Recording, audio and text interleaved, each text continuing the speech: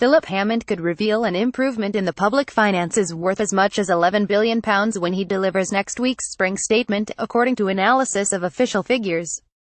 The Chancellor is set for a dual economic boost from the improving productivity of British workers and a leap in tax returns, according to the Resolution Foundation think tank, which looked at data from the Office for National Statistics to produce its own estimates ahead of the spring statement on Tuesday.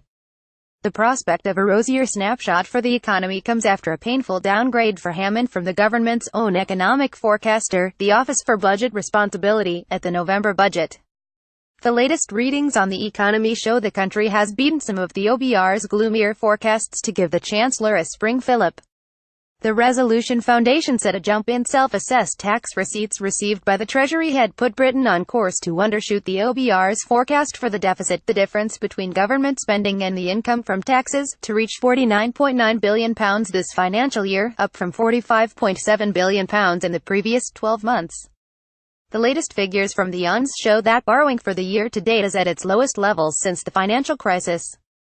The outcome for the financial year as a whole could be between £7 billion and £11 billion lower than first thought, the think tank said.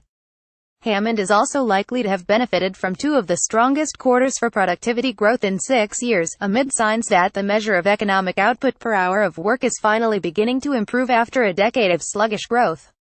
While the growth in efficiency rate still remains below the pre-financial crisis trend of about 2% per year, productivity growth in 2017 came in at 0.6%, against an expectation for zero improvement from the OBR.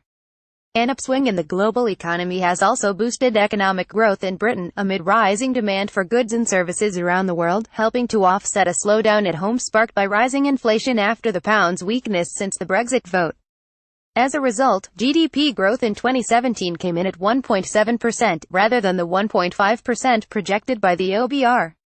Hammond is attempting to make the spring statement a low-key event to prioritize the importance of the autumn budget as the year's major tax and spending showpiece. There will be no red box, no official document, no spending increases, no tax changes, a spokesman for the Treasury told the Financial Times last month. The Chancellor will publish updated economic forecasts. We expect the speech to last between 15 to 20 minutes. Some changes are still penciled in to take effect over the coming weeks following the spring statement.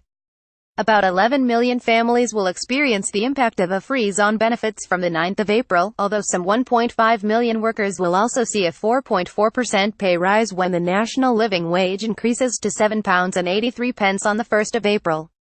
The Resolution Foundation estimates a couple with 2 children are set to lose £315 on average, while overall benefit changes coming into effect are set to result in an average £135 income loss for the poorest third of households.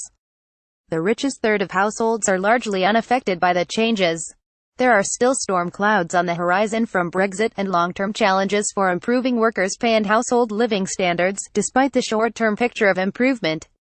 Matthew Whitaker, chief economist at the Resolution Foundation, said, while the Chancellor is firmly committed to a short spring statement, the challenges Britain faces, from weak growth to tight family finances, are likely to remain long-lasting.